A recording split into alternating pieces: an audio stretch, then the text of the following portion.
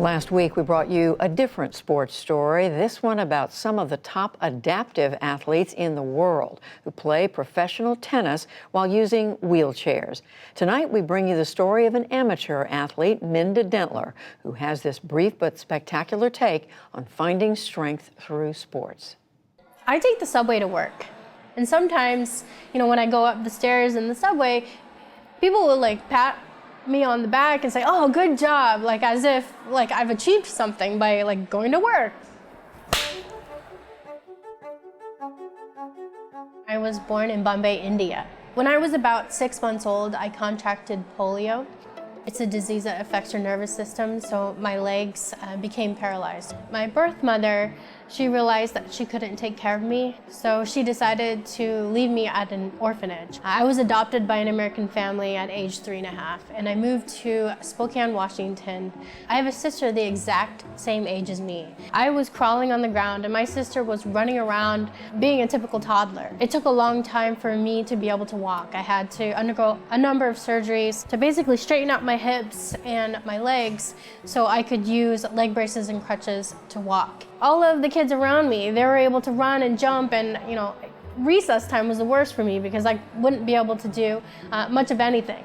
When I was in business school, one of my friends was training for a marathon. One day she was like, "Hey Minda, I think you should check out this organization. It's called Achilles International, and it's a club for athletes with disabilities." It took me 3 or 4 months to get the courage to make a phone call. And fortunately, the person who answered the phone was Dick Trom, who is actually the founder of Achilles. And he said, "Hey, you know what? We have practices on Tuesdays and Saturdays. Why don't you just show up at 6:30 on Tuesday and I'll loan you my bike." I showed up on Tuesday. He loans me his bike, and that was the first time that I was able to feel the wind in my hair. And I went really slow. I went maybe 100 yards, but it was the coolest feeling to ride a hand cycle for the first time.